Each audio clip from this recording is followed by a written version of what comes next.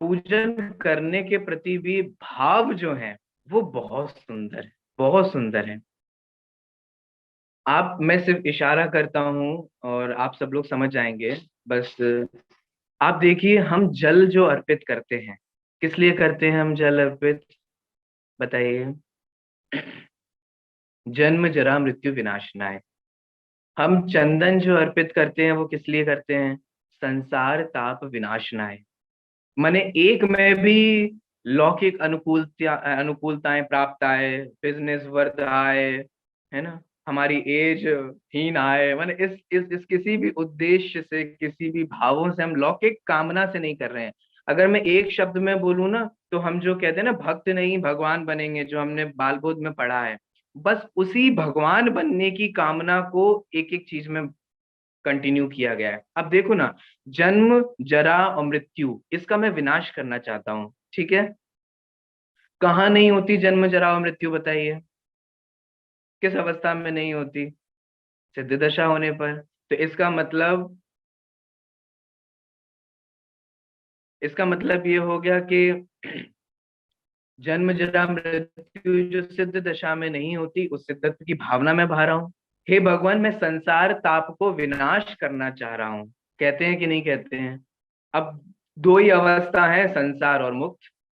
अगर आप संसार का ताप बर्दाश्त नहीं हो रहा है, संसार के ताप को नाश करना चाह रहे हो, तो आप क्या भावना बहा रहे हो कि कहाँ जाना है मुझे, मुक्ति जाना है। अक्षय पद प्राप्त है, बताइए कौन सा ऐसा पद है जो अक्षय है। हमने समय सार में पढ़ा है कि जगत के सारे पद जो है वो क्षयवान है, नाश को प्राप्त हो जाएंगे।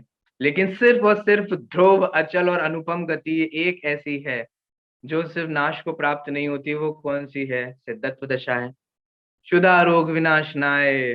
कहाँ होता है शुदा रोग, आपको पता होगा, रत्नगण श्रावकाचार में पढ़ा होगा। अनंत परमिष्टि 18 दोषों से रहित होते, अष्टादश दोष विमुक्त धीर। पढ़ते हैं कि नहीं पढ़ते हैं। सर्व सकल गे ज्ञायक तदपि की स्तुति, 18 दोषों से रहित। शुदा एक दोष है, वो अनंतों को नहीं है। इसका मतलब आप भगवान बनने की भावना भा रहे हो। मोहांधकार विनाशनाय, भगवान बनने की भावना। अष्ट कर्म धैनाय, चार भी नहीं, धातिया भी नहीं, हमें तो आठों के आठों ही नष्ट करने हैं। अब बताइए, आठों कर्म किसने नष्ट कर दिए, सिर्फ और सिर्फ एक जीव है, वो है सिद्ध। इसका मतलब हम प्रत्येक सामग्री को अर्पित करते हुए, और जो हम तेरा पंथ आमनाय से करते हैं, उसमें भी फिर ये भाव है कि वो कम से कम हिंसा हो और अधिक से अधिक हमारे भाव जो है वो लगे। तो इसीलिए हम अचित्त सामग्री जो है, अचित्त और सचित्त आप लोग समझते होंगे, जो जीव रहित है, जिसमें बहुत से जीवों की हिंसा नहीं होती, बहुत से जीवों का घात नहीं होता, हमने फिर ऐसी सामग्री को चूज करके बुद्धि पूर्वक और फिर एक अर्पित अर्पण करने की भावना की है। उसमें भी सिर्फ इतनी सी भावना है कि जैसे हम लोग रिश्तेदारी में भी एक दूसरे के घर जाते हैं तो खाली हाथ नहीं जाते ना, ऐसे ही हम तीन लोग के नाथ के पास जाएंगे तो क्या हम खाली हाथ जाएंगे, बिना किसी सामग्री को लेकर के जाएंगे। अब जब सामग्री लेंगे तो फिर निर्दोष अचित्त सामग्री लेते हैं, वो उस प्रकार की भावना होती है। तो इस प्रकार से हम अष्ट द्रव्यों से भगवान की पूजा करते हैं, अर्चना करते हैं। और ऐसा नहीं है कि हम पूजा नहीं करें तो हम भक्ति नहीं कर सकते, ये बहुत बड़ा मिसकंसेप्शन है।